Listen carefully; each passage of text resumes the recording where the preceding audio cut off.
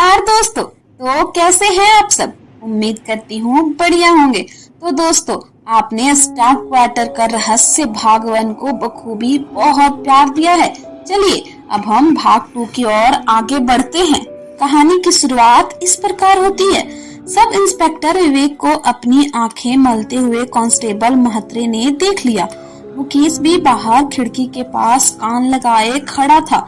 जनाब, बुरा ना मानो तो उस फ्लैट के बारे में कुछ पूछो ना महत्रे। क्या हुआ था सर उधर? ऐसा क्या हुआ कि वो फ्लैट पूरे मोहल्ले में बदनाम हो गया? इंस्पेक्टर विवेक के चेहरे पर हल्की सी कन देख महत्रे सकपका गया। एक चुप्पी छा गई जो विवेक की आवाज से ही टूटी। महत्रे, ये बात करीब 5 साल पहले की है। एक बाबूजी, उम्र लगभग 50 से 55 के बीच रही होगी, वो थाने आए थे। विवेक के अंदर एक तूफान चल रहा था। वह अपनी कुर्सी से उठा और अतीत में चला गया। इंस्पेक्टर साहब, ये घर मैंने तिनका तिनका जोड़कर बनाया है। पहले बैंक की नौकरी के लिए मशक्कत की, उसके बाद पूरी ईमानदारी से अपनी जिम्मेदारियां निभाई, पाई पाई जोड़ी, अपने बैंक से होम लोन लिया, तब जाकर मुंबई जैसे शहर में खुद का एक आशियाना बना पाया हूँ। बाबूजी, आपके जज्बातों की मैं पूरी इज्जत करता हूँ, पर कागजात में आपने ही ये घर अपने बेटे के नाम किया है। कानूनी तौर पर अब वो इसका मालिक है। मैंने उन्हें स्नेहपूर्वक समझाया, पर उसने छल से मेरे हस्ताक्षर लिए हैं। मेरे कैरेक्टर के ऑपरेशन से ठीक पहले उसने ये बेईमानी की। बाबूजी की आंखें नम होने की कगार पर थी। बाबूजी, अब तो वो आप दोनों का निजी मामला है। आप बेटे पर बेईमानी और 420 का केस कर सकते हैं। अगर कचहरी में ये साबित हो जाए कि आपकी जीत और उसकी हार, मैंने तर्क दिया। इंस्पेक्टर विवेक ने रक्षात्मक सुर में कहा, बेटा, इस उम्र में मैं भला कौन कोर्ट कचहरी के चक्कर काटना चाहेगा? बाबूजी की आवाज में एक निराशा थी। अगर जीतना है तो कोर्ट जाना ही पड़ेगा बाबूजी। सब कागजात आपके बेटे के पक्ष में हैं। अब पुलिस भी कुछ नहीं कर सकती। बेटा, आपके बच्चे हैं? बाबूजी ने मुझसे पूछा। हाँ जी, एक लड़का है। घर जाकर खेलते हो उसके साथ? बाबूजी, जब कभी ड्यूटी से समय मिलता है तो जरूर खेलता हूँ। तो उससे हार कर मजा आता है या जीत कर? मेरे पास बाबूजी की सवाल का कोई जवाब नहीं था। बेटा, बच्चों को ना खेलना बहुत पसंद होता है, बस बड़े होकर खेल बदल जाते हैं और उसके नियम भी। उसका ये खेल मेरे जज्बातों के साथ है जो वो बखूबी खेल रहा है अपने नाम अनुसार। मैं बाबूजी की बात पूरे विवेक से सुनता रहा। जा रहा हूँ बेटा, तुम्हें जो ठीक लगा तुमने वो राय दी, पर एक बात याद रखना, मैं उसी कमरे में रहता हूँ और हमेशा उसी कमरे में रहूंगा, हमेशा। गुस्सैल और असहाय सुर में ये कह बाबूजी वहाँ से चल दिए। अगली सुबह अखबार में खबर आई, एक बैंकर की दिल का दौरा पड़ने से मृत्यु। छानबीन करने पर मुझे पता चला कि बाबूजी का बेटा व बहू उन्हें खूब सताते थे। कभी उन्हीं के कमरे में बंद कर जाते, तो कभी घर के दरवाजे पर ताला लगा 2 दिन तक गायब रहते। इन्हीं तंग हालातों में एक दिन बाबूजी की उसी कमरे में मृत्यु हो गई। कांस्टेबल महत्रे के चेहरे पर गुस्से के साथ तरस भी था। बेचारे बाबूजी, उम्र भर जिसके लिए इतनी मेहनत की, वही आस्तीन का सांप निकला। महत्रे, अक्सर दिए तले ही अंधेरा होता है, कह सब इंस्पेक्टर विवेक वापस अपनी कुर्सी पर बैठ गए। मैं ये सब सुन अभी ठीक से अचंभित भी नहीं हुआ था कि तभी मैंने पीछे से किसी को मेरा नाम पुकारते सुना। मुकेश, तू यहाँ है? यहाँ क्या कर रहा है? और ये क्या हालत बना रखी है? मुझे बाहर देख राजेश सर ने हैरानी पूर्वक कहा। तेरी गुमशुदा की रपट लिखवाने ही इस थाने में आया था और तू यहाँ मटर गश्ती कर रहा है? सर, आपने मुझे बताया क्यों नहीं? मैंने हल्की बदतमीजी से उनसे पूछा। क्या नहीं बताया? उस फ्लैट के बारे में? क्या जानना है तुझे उस फ्लैट के बारे में? बोल, राजेश सर ने ऊंची आवाज में मुझसे पूछा। तुझे मारा किसी ने उस फ्लैट में? बता मुझे। नहीं ना? तो क्यों डर रहा है? मैं खुद वहाँ रहता हूँ सतीश सर के साथ। इतना काफी नहीं है तुझे ये विश्वास दिलाने के लिए कि वो जगह पूर्ण रूप से सुरक्षित है? मैं गर्दन हिलाने के अलावा और कुछ न कह सका। चल घर चल, हम पढ़े लिखे लोग हैं, सुनी सुनाई बातों पर विश्वास करना हमें शोभा नहीं देता। मैं ना चाहते हुए भी उस फ्लैट में चला गया। बच्चों की तरह इमारत की पहली सीढ़ी से लेकर घर के पहले कदम तक मैंने राजेश सर का हाथ थामे रखा था। सर, मुझे अपने साथ सुला दोगे प्लीज? ओए, मेरे ऐसे शौक नहीं है, कह राजेश सर जोर जोर से हंसने लगे। मुझे हाथ से उन्होंने अपनी तरफ बुलाते हुए इशारा किया। उनको बड़ा भाई मान वो रात मैं उनके साथ चिपक कर सो गया और रात में डर के मारे हल्का होने भी नहीं उठा। सुबह हम तीनों हमेशा की तरह इकट्ठे ब्रांच के लिए सही समय पर निकल गए। लंच टाइम होने पर अपनी ब्रांच निकल मैं HR मैनेजर के पास पहुंच गया। उस समय वो अपना टिफिन खोलने ही वाला था। 6 फ्लोर लगातार सीढ़ियां चढ़ने के बाद मैं हाँफ रहा था और सीधा उनसे बिना पूछे उनके सामने लगी कुर्सी पर बैठ गया। सर, प्लीज मुझे कोई और क्वार्टर अलॉट करा दीजिए, मैं उस फ्लैट में नहीं रह सकता। मैं हाथ जोड़ता हूँ सर, प्लीज। आपको दुख में देख जिस प्रजाति को खुशी महसूस होती है, शायद उसी का नाम मानव संसाधन डिपार्टमेंट है। मुझे यातना करते देख उसके चेहरे पर एक आनंद था, एक अजीब सा सुकून, जैसे बचपन की पढ़ाई, स्कूल कॉलेज का अथक परिश्रम और असंख्यक प्रतियोगी परीक्षाएं देने का फल उनके सामने एक परेशान इंसान के रूप में बैठा हो। शुक्र करो तुम्हें मुंबई आते ही स्टाफ क्वार्टर मिल गया। पता है मुंबई में सर के ऊपर छत होना कितनी बड़ी बात है? हाँ सर, पता है। बस आप मुझे किसी और स्टाफ क्वार्टर में भेज दीजिए। क्या हो गया है? क्या तकलीफ है तुमको उस फ्लैट में? सर, आपको बताऊंगा तो आप यकीन नहीं करेंगे। नहीं, कोशिश करो तुम। अपनी जोड़ी पर हाथ रख उसने कहा। जैसा सब इंस्पेक्टर विवेक ने कांस्टेबल महत्रे को बताया था, ठीक वैसा का वैसा मैंने मानव संसाधन मैनेजर को विस्तार में बता दिया। सारी कहानी सुनने के बाद कुछ देर उसने अपनी कलमों पर खुजली की, फिर छत की तरफ देखा और खड़ा हो गया। उसकी कुर्सी के ठीक पीछे एक खिड़की थी जिससे बाहर का नजारा दिखता था। ये तो बहुत गलत हुआ मुकेश, पर तुम कर भी क्या सकते हो? एक बार फिर से वो कहानी दोहराने के बाद मेरा गुस्सा उबाल पर था। उसकी ये बात सुन मेरा क्रोध और बढ़ गया। मैं उन बाबूजी के बेटे और बहू को कुछ नहीं कर सकते, तुम कुछ भी नहीं। मेरी बात उसने बीच में ही काटते हुए कहा। उसके चेहरे पर एक जटिल मुस्कुराहट थी, क्योंकि उनका वो बेटा मैं ही हूँ। कह, वो जोर से ठहाका मार हंसने लगा, जैसे कि उसकी ये बात मेरे कानों के रास्ते मेरे मस्तिष्क तक पहुँच गई। मेरी विचार प्रक्रिया सुन्न हो गई। मेरा शरीर ठंडा पड़ गया। मेरे पैरों को जमीन मानो लकवा मार गया हो और एक शक्तिहीन प्राणी की तरह मैंने मौन रूप धारण कर लिया है। बाबूजी के नालायक बेटे वो मानव संसाधन प्रबंधक को अपने सामने बैठा देख मैं हैरान था, और उससे भी ज्यादा हैरान था उसके चेहरे पर वो मनहूस मुस्कुराहट देखकर। बोलो बेटा, क्या करोगे अपने प्रिय बाबूजी के नालायक बेटे और अत्याचारी बहू के साथ? बोलो बोलो, मैं भी सुनूं।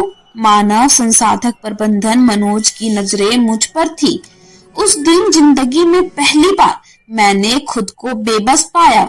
ऐसा नहीं कि मैं उससे डर गया, मेरी उम्र को अभी तक डर नामक झूठ की समझ नहीं थी। हाँ, क्रोध नामक भावना का एहसास जरूर था, किंतु योजना नामक शब्द को समझना अभी बाकी था। एक काम करो, पुलिस स्टेशन जाओ और मेरे खिलाफ रिपोर्ट लिखवा दो। कर्तव्यनिष्ठ बैंकर का बेटा निकला दुष्ट अत्याचारी। ये कहकर वो निर्लज फिर जोर जोर से हंसने लगा।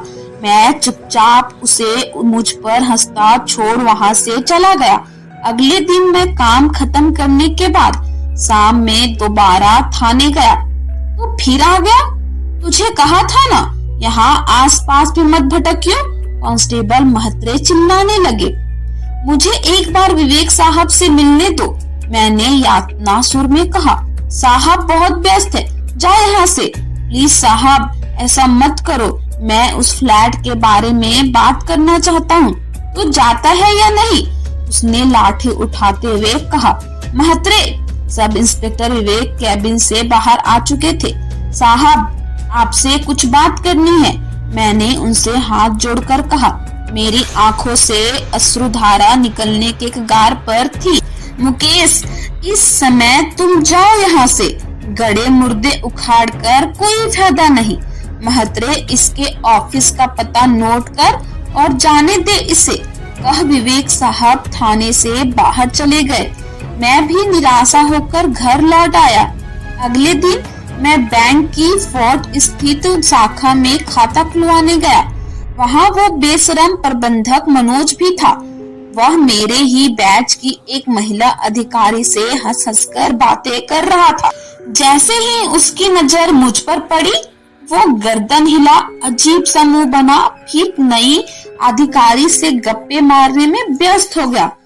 यहाँ नए खाते का फॉर्म किधर मिलेगा? एक आवाज आई।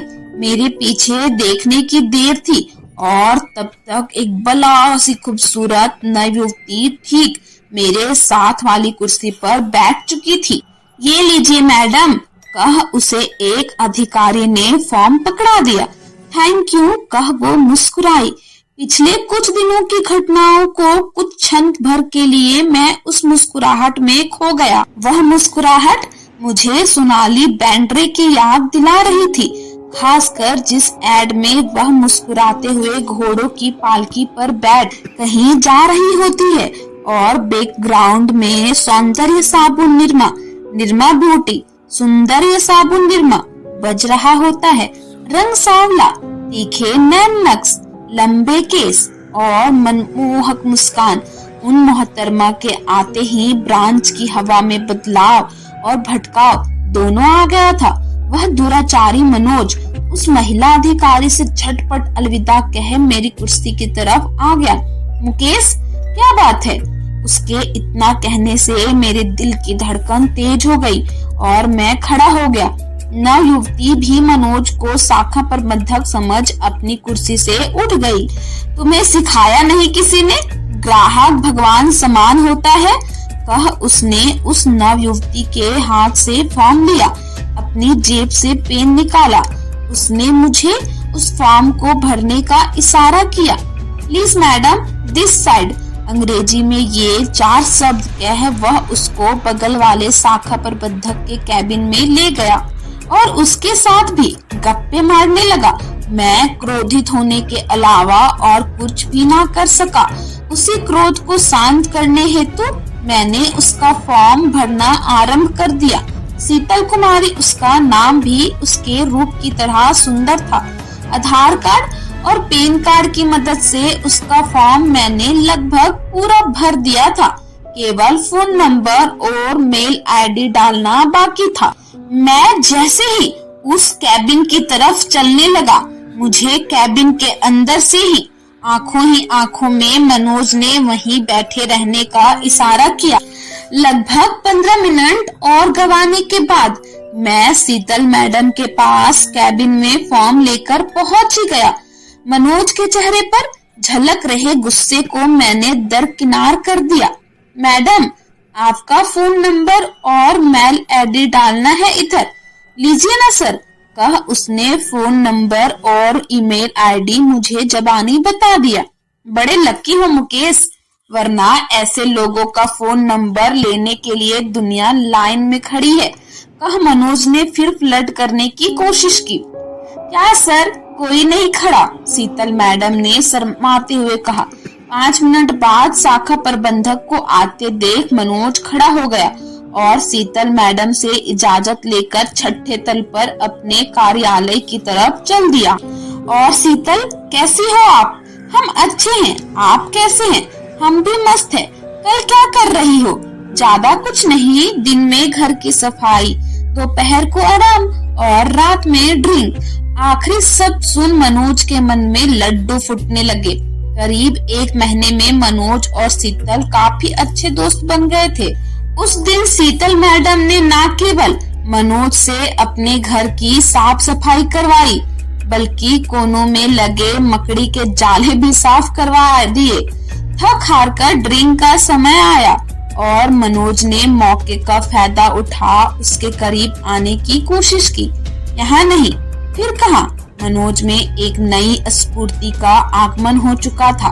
एक 45 साल के इंसान को जो 2 बच्चे का बाप है, अपने से 20 साल छोटी लड़की के लिए पागल होते देखना अपने आप में एक विचित्र अनुभव था। कहीं और, कहाँ पता नहीं। फिर भी मनोज ने लालियत होकर पूछा, पता है, मेरी एक कपोल कल्पना है कि मैं एक बैंकर के साथ उसी के घर पर। वह शीतल शर्माकर दूसरी तरफ देखने लगी। वाह, फटेंसी हो तो ऐसी, पर शीतल, मेरा घर कभी खाली ही नहीं रहता। यार, तुम HR मैनेजर होते हुए ऐसी बातें करते हो, सारे स्टाफ को छत देते हो और तुम खुद के लिए एक खाली घर तक नहीं देख सकते। अच्छा बेबी, तुम बुरा मत मानो, मैं कुछ करता हूँ, कह मनोज मौके को भुनाने के बारे में सोचने लगा। जल्दी देखो, परसों मैं पुणे जा रही हूँ, मासी के पास। 2 महीने बाद ही आऊंगी, फिर कह शीतल रवाना होने के लिए खड़ी हो गई। अरे, तुमने ये बताया नहीं, तुमने पूछा नहीं। मैं कुछ करता हूँ, कुछ बंदोबस्त हो जाए तो फोन कर देना। और हाँ, होटल में भूलकर भी नहीं, रेड पड़ जाती है। मनोज का मुंह लटक गया था। देखो, कल सुबह मैं मलाड जा रही हूँ, रहेजा टाउनशिप में थोड़ा काम है, शाम तक वही हूँ। अगर कोई बंदोबस्त आसपास जुगाड़ हो जाए तो बता देना, आ जाऊंगी, कह शीतल वहां से रवाना हो गई। मनोज के दिल में अक्सर की घंटियां बजने वाली थी। उधर अपना स्टाफ क्वार्टर है ना, उसके मन में ख्याल आया, वही घर जो उसने धोखे से अपने नाम कर लिया, बाद में बैंक को ही बेच दिया था। वह अपने ऑफिस के ड्रॉअर में फ्लैट की चाबी ढूंढने लगा। तकरीबन 1 घंटे के बाद हाथ में चाबी लिए उसके मसूम्बे मुस्कुराहट रहे थे। पर क्या उसकी किस्मत भी मुस्कुरा रही थी?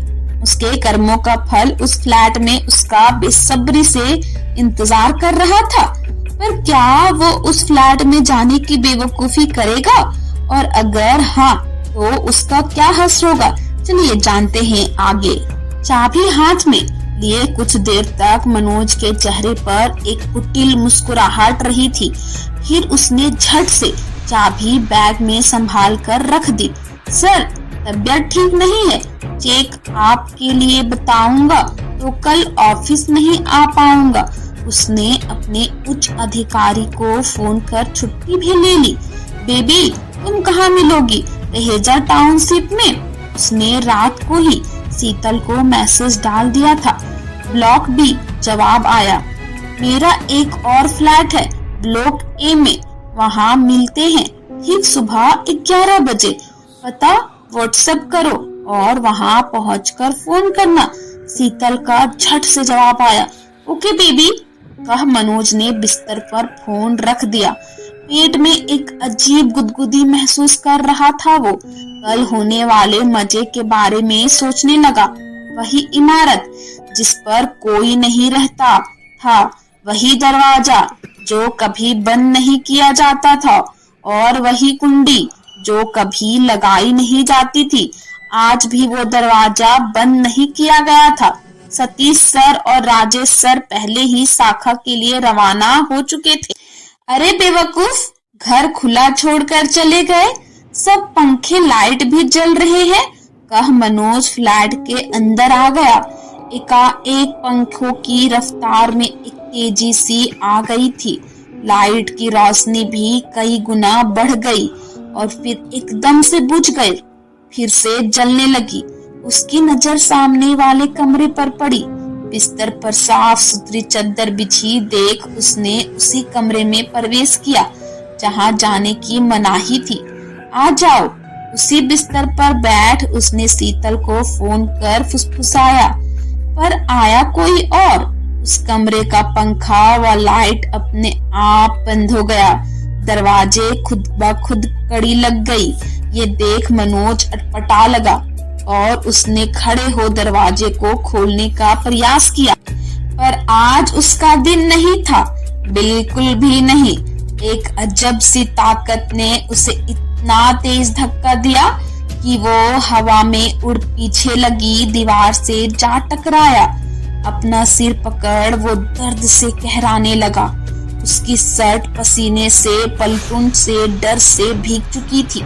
बेटा, तूने ठीक नहीं किया। एक आवाज उस कमरे में गूंज उठी और साथ ही उड़ती लाठी ने उसकी पीठ पर वार किया। तूने ठीक नहीं किया बेटा। इतने कुकर्म करके भी वो आज एक बेटा था। तूने बिल्कुल ठीक नहीं किया। इन्हीं शब्दों के साथ वो लाठी कभी उसकी कमर पर तो कभी उसके कंधे पर, कभी बाजुओं पर तो कभी टांगों पर बरसती रही। उसका बिस्तर के नीचे छुपने का प्रयत्न भी विफल रहा। उसकी टांगों को खींचकर बाहर लाया गया और फिर से उसकी पिटाई हुई। वो पिटाई जो अगर बचपन में सही समय पर हो गई होती तो आज ना बाबूजी को ये दिन देखने पड़ते और ना ही उसे। बाबूजी, बाबूजी, वो हाथ जोड़ गिड़गिड़ाने लगा। मुझे माफ कर दो बाबूजी, मुझे माफ कर दो, मुझे माफ कर दो। मेरे लाड प्यार ने, मेरे संस्कारों में क्या कमी रह गई थी निर्लज, कि तूने अपने ही बाप के साथ ऐसा किया। पापी, कह उसके बदन पर बाबूजी ने तबीयत से एक और फिर लाठी बजा दी। बाबूजी, कह उसके आंसू निकल गए। बाबूजी, मैं अपनी गलती कबूल करता हूँ। मैंने आपकी बहू संग मिलकर ये विश्वासघात किया, आपको सताया, तंग किया और धोखे से ये घर अपने नाम किया। फिर बैंक को ही बेच इसे स्टाफ क्वार्टर का रूम दे दिया। मैं सब मानता हूँ बाबूजी, बस आप अब प्लीज मुझे माफ कर दो, मुझे माफ कर दो बाबूजी, मुझे माफ कर दो। उस कमरे का दरवाजा और उस स्टाफ क्वार्टर का रहस्य अब खुल चुका था। सामने मैं और शीतल मैडम मनोज की ये हालात देख ना खुश हो रहे थे, वह व्यतीत सिर्फ संतुष्ट हो रहे थे, बेहद संतुष्ट। कुछ नहीं कर सकते हो तुम, कुछ भी नहीं। मनोज द्वारा कहे गए शब्द मेरे कानों में गूंज उठे। शीतल मैडम उस कमरे की तरफ बढ़ी। ना जाने क्यों, पर शीतल मैडम ने ये सब अपने फोन में रिकॉर्ड कर लिया, पर उन्होंने मेरी मदद की थी। मैं उनसे उनका कारण पूछ सकूंगा। आपका बहुत बहुत धन्यवाद मैडम। आज मेरे दिल को बहुत सुकून मिला है, बहुत सुकून मैडम। मैंने हाथ जोड़ उन्हें आत्मोद्धार किया और आपको धन्यवाद। सब आपकी योजना थी, कह उस फ्लैट से बाहर की ओर चल दी। आज उनकी भवभंगिमा और आत्मविश्वास में एक अजब की गरिमा व तेजी थी। मैडम, मुझे थोड़ा दूर तक छोड़ देंगे? मैं भी उनके पीछे चल दिया। पूरे सफर में हम कुछ नहीं बोले। उन्होंने नजदीकी थाने के बाहर गाड़ी रोक दी। मैं 1 मिनट में आई, कह वह गाड़ी से उतरी। उनके कदम थाने की तरफ चलने लगे। उत्सुकता पूर्वक मैं भी छुपते छुपाते उनके पीछे चल दिया। ये लीजिए। उन्होंने वो मोबाइल रिकॉर्डिंग समेत सब इंस्पेक्टर विवेक के हाथों में थमा दिया। गर्व है तुम पर बहना, गर्व। विवेक साहब के शब्द सुन मेरे आश्चर्य का कोई ठिकाना नहीं रहा। पुलिस की ओर से ऐसी कर्तव्य निष्ठा, ऐसी मेहनत मैं आज पहली दफा देख रहा था। शीतल मैडम का बैंक में मेरी कुर्सी के बगल में आकर बैठना, बचत खाते का फॉर्म मांगना, मनोज के साथ मैनेजर के कैबिन में गप्पे मारना और फिर मेरी योजना का हिस्सा बनने के लिए हाँ करना, वो सभी पल मेरे मस्तिष्क में दोबारा विचित्र हो गए। आपको धन्यवाद, सब आपकी योजना थी। उनके शब्द याद कर मेरी आंखें नम हो चुकी थी। असल में मैं उनकी नहीं, वो मेरी योजना का हिस्सा था। उनके बेटे व बहू को सजा हुई और उसके बाद मेरी जिंदगी बोरिंग हो गई। कहानी खत्म कर मुकेश खड़ा हो गए। मूंगफली और रेवड़ी खत्म हो गई थी, पर कहानी से संबंधित उसके मित्रों के मन में काफी सवाल थे। तो क्या बाबूजी उस घर से चले गए? क्या उनकी आत्मा को शांति मिली? मुकेश के एक मित्र जगदीश ने उत्सुकता पूर्वक पूछा। उसके प्रश्न में कौतूहल के साथ साथ भय भी था, क्योंकि जगदीश और उसके पिताजी के बीच पुराने बंगले को लेकर थोड़ा तानाशानी चल रही थी। उसके पिताजी का वृद्ध आश्रम बनवाना चाहते थे, किंतु वो उसे गेस्ट हाउस बनाकर एक नियमित आय का जरिया बनाना चाहता था। मुकेश ने जगदीश को सवाल से सुना और कोई जवाब नहीं दिया। वह हल्का होने झाड़ियों की ओर चलने लगा। हाँ, बाबूजी की आत्मा को शांति मिली, वह कह मुकेश झाड़ियों के अंदर चल गया। जिस आग के पास बैठे ये कहानी चल रही थी, वह एकाएक बुझ गई, जिससे चारों ओर धूप अंधेरा छा गया। बस कभी कभी सही गलत का पाठ पढ़ाने उनकी आत्मा का एक कण उपस्थित हो उठता है। एक आवाज आई और आधे घंटे के इंतजार के बाद भी झाड़ियों से बाहर कोई नहीं आया। मुकेश, मुकेश! उसके मित्रों ने उसका कई बार नाम पुकारा, पर कोई जवाब नहीं आया। झाड़ियों के अंदर देखने पर भी उन्हें कोई नहीं मिला। भाइयों, रात के 3 बज रहे हैं, आज सोना नहीं है क्या? पीछे विपरीत दिशा से बाइक पर आते हुए मुकेश ने सबसे पूछा। जवाब देना तो दूर, उसके सभी मित्र आश्चर्यचकित होकर सीट पर हाथ रख वही झाड़ियों के पास मिट्टी में बैठ गए। वहां जमीन पर लाठी के निशान देख उनका मुंह खुला का खुला रह गया। आंखें नम की थी और मिट्टी पर बने लाठी के वो निशान उनकी मन स्थिति पर सदा के लिए अंकित हो गए। समाप्त। तो आप सबको क्या लगता है, ये कहानी आपको मुकेश सुना रहा था, बाबूजी सुना रहे थे, या गौरव मेहर सुना रहा था? मुस्कुराते रहिए और कहानी पसंद आए तो अपनी प्रतिक्रिया जरूर दीजिए और कमेंट करके हमको जरूर बताएं। हमारे चैनल को सब्सक्राइब करें ताकि आपको ऐसे रोज रोमांचित कहानी सुनने को मिलते रहे। धन्यवाद।